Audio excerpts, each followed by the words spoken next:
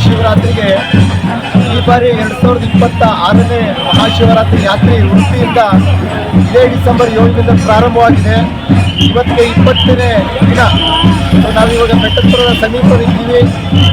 ಇದೇ ಥರ ನಮ್ಮ ಯಾತ್ರೆ ಫೆಬ್ರವರಿ 13 ತನಕ, ಅಂದರೆ 15ಕ್ಕೆ ಮಹಾಶಿವರಾತ್ರಿ ಇದೆ, 13ಕ್ಕೆ ನಾವು ಕೊಯಮತ್ತೂರನ್ನ ತಲುಪಲಿಕ್ಕಿದೆ. ಸೊ ಮಾರ್ಗ ಮಧ್ಯೆ ಸಿಗುವಂಥ ಎಲ್ಲ ಹಳ್ಳಿಗಳನ್ನು ನಾವು ಭೇಟಿ ಮಾಡ್ತಾ, ಅಂದರೆ ಹೋಗ್ತಾ ಅಲ್ಲಿ ಸಿಗುವಂಥ ಎಲ್ಲ ಹಳ್ಳಿಗಳನ್ನು ನಾವು ರೀಚ್ ಮಾಡ್ತಾ ಅಲ್ಲಿನ ಎಲ್ಲ ಭಕ್ತಿ ಮಹಾಶಯರುಗಳನ್ನು ಈ ರಥದ ಯಾತ್ರೆಯಲ್ಲಿ ಪಾಲ್ಗೊಳಿಸ್ತಾ ರಥದ ಯಾತ್ರೆ ಹೊರಟಿದೆ. ಸೊ ಭಕ್ತ ಮಹಾಶಯರಲ್ಲಿ ನಿಮ್ಮ ಬರುವಂಥ ಹಾಗೆ ಇವತ್ತು ಕಿತ್ತೂರು ಹೋಗ್ತಾ ಇದೆ. ಕಿತ್ತೂರಿನಲ್ಲಿ ನಾಳೆ ಚುಂಚನಕಟ್ಟೆ ಹೋಗುತ್ತೆ, ನಾಡಿದ್ದು KR ನಗರ. ಸೊ ಮಾರ್ಗ ಮಧ್ಯೆ ಬರುವಂಥ ಎಲ್ಲ ಭಕ್ತಾದಿಗಳು ರಥಯಾತ್ರೆಯಲ್ಲಿ ಪಾಲ್ಗೊಳ್ಳಿ, ಈ ಭಗವಂತನ ಕೃಪೆಗೆ ಪಾತ್ರರಾಗಿ ಅಂತ ನಾವು ಕೇಳ್ಕೊಳ್ತಾ ಇದ್ದೀವಿ. ನಮಸ್ಕಾರ. ಇದು ಈ ಶಿವಯಾತ್ರೆ ಅಂತ ನಾವೇನು ಆಯೋಜನೆ ಮಾಡ್ಕೊಂಡಿದ್ದೀವಿ, ಇದು ಆಲ್ಮೋಸ್ಟ್ ಒಂದು 5 ವರ್ಷದಿಂದ ಮಾಡ್ಕೊಂಡು ಬರ್ತಾ ಇದ್ದೀವಿ. ಶಿವಯಾತ್ರೆ ಹೇಳಿದ್ರೆ ಈ ರಥದ ಒಂದು ಪ್ರತ್ಯೇಕತೆ, ಸ್ಪೆಷಾಲಿಟಿ ಏನಪ್ಪ ಅಂತ ಹೇಳಿದ್ರೆ, ತುಂಬ ಜನ ತಿಳ್ಕೊಂಡಿದ್ದಾರೆ ಈ ರಥಯಾತ್ರೆ ಅಂತ ಹೇಳಿದ್ರೆ ಅದಕ್ಕೆ ಇಂಜಿನ್ ಇರುತ್ತೆ, ಇಲ್ಲಾಂದರೆ ಮೋಟ್ರ್ ಇರುತ್ತೆ ಅಂತೇಳಿ. ಯಾವುದೇ ಆದಂಥ ಇಂಜಿನ್ ಆಗಲಿ ಮೋಟ್ರ್ ಆಗಲಿ ಯಾವುದೇ ಇಲ್ಲ.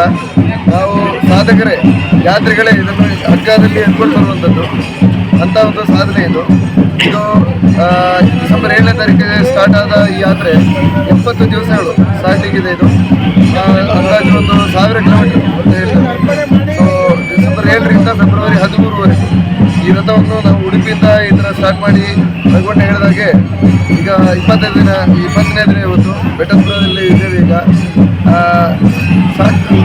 ಸಾಧ್ಯವಾದಷ್ಟು ಈಗ ಎಲ್ಲ ಜನರಿಗೂ ಕೂಡ ಈ ಒಂದು ಶಿವನ ಏನು ಅನುಗ್ರಹ ಏನಿದೆ ಇದು ತಲುಪಿಸಬೇಕು ಅಂತ ಒಂದು ಉದ್ದೇಶದಲ್ಲೇ ಈ ಶಿವಯಾತ್ರೆ ಈ ಥರ ಹಳ್ಳಿಗೂ ನಾವು ಮಾಡ್ತಾ ಇರೋದು. ಹಾಗಾಗಿ ಎಲ್ಲರೂ ಇದರಲ್ಲಿ ಬಂದು ಭಾಗವಹಿಸಬೇಕು ಅಂತ ನಾವು ಕೂಡ ಕೇಳ್ಕೊಳ್ತೇವೆ. ನಾವೊಂದು ಈಗ ಸದ್ಯಕ್ಕೆ ಒಂದು 35 ಯಾತ್ರೆಗಳಿದ್ದೇವೆ ಈ ರಥದೊಂದಿಗೆ. ಆದರೆ ಅದು ಹೋಗ್ತಾ ಹೋಗ್ತಾ ಎಲ್ಲ ಹಳ್ಳಿಗಳಿಂದಲೂ ಜನ ಜಾಸ್ತಿ ಆಗ್ತಾರೆ. ಒಟ್ಟಿನಲ್ಲಿ ಬೆಂಗಳೂರು ದಾಟಿದಾಗ ಒಂದು 100ರಿಂದ 150 ಯಾತ್ರೆಗಳು ಬರುವ ಒಂದು ನಿರೀಕ್ಷೆ ಇದೆ. ಎಲ್ಲರ ಹತ್ರ ಬೇಡ್ಕೊಳ್ಳೋದಾದ್ರೆ ನೀವು ಅಟ್ಲೀಸ್ಟ್ ಕೊಯಮತ್ತೂರವರೆಗೆ ಬರ್ಲಿಕ್ಕೆ ಆಗೋದಿಲ್ಲ ಅಂದ್ರೂ ಕೂಡ ಒಂದು 21 ಹೆಜ್ಜೆ ಆದರೂ ಇಡಬೇಕು ರಥದೊಂದಿಗೆ ಅಂತ ನಾವು ಕೇಳ್ಕೊಳ್ತೇವೆ. ಇಲ್ಲ ಒಂದು ದಿವಸ ಆದರೆ ಒಂದು ದಿವಸ ಬರ್ಬೋದು, ಇಲ್ಲ ನೀವು ಎಷ್ಟು ದಿವಸ ಆಗುತ್ತೋ ಅಷ್ಟು ದಿವಸ ಬರ್ಬೋದು ರಥದೊಂದಿಗೆ. ನಾವು ಇದನ್ನೇ ಎಲ್ಲರ ಹತ್ರ ಕೇಳ್ಕೊಳ್ಳೋದು. ನಮಸ್ಕಾರ.